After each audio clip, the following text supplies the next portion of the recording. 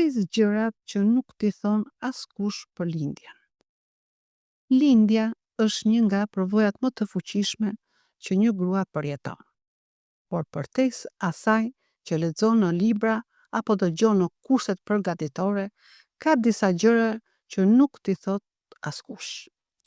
Sot do të zbulojmë 5 të vërteta për lindjen që radhëherë përmenden. 1. Dhimbja është ndryshe për secilën grua. Të gjithë flasin për dhimbjen e lindjes, por askush nuk të përgatit për faktin se ajo ndryshon nga një grua tek tjetra.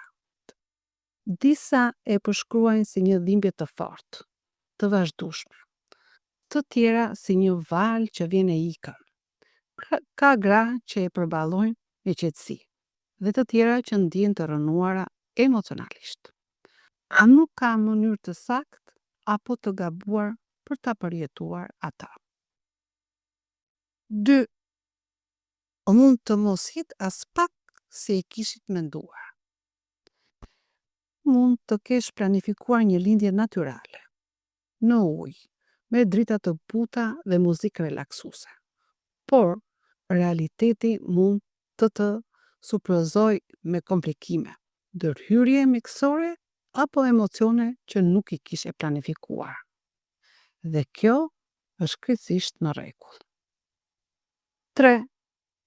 Këçarat, qepjet dhe shërimi janë pjesë e heshtur e historisë.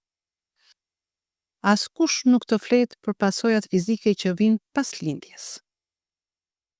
Qepjet, dhimbjet në zonën intime, vështirësira për të ecur apo për të qëndruar ulur.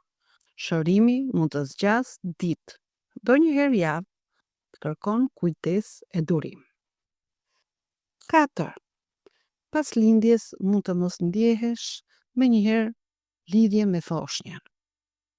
Është e zakonshme të dëgjosh për dashurinë në shikim të parë, por shumë nëna nuk e ndjejnë këtë menjëherë. Lodhja, dhimbja, shoku emocional, të gjitha mund të bëjnë të vështirë krijimin e një lidhje të menjëhershme. Kjo nuk të bën më pak nën, thjesht je njeri. 5. Do të ndihesh sikur ke kaluar një luftë. Pas lindjes, trupi yt do të jetë i lodhur, mendja e trupullt, dhe emocionet në kaos. Mund të qash, pa arsye, të ndihesh bosh ose mbi ngarkuar. Është krejtësisht normale. Trupi yt ka bërë diçka të jashtëzakonshme dhe tani i duhet kohë për të gjetur ekuilibrin. Lindja është një udhëtim unik.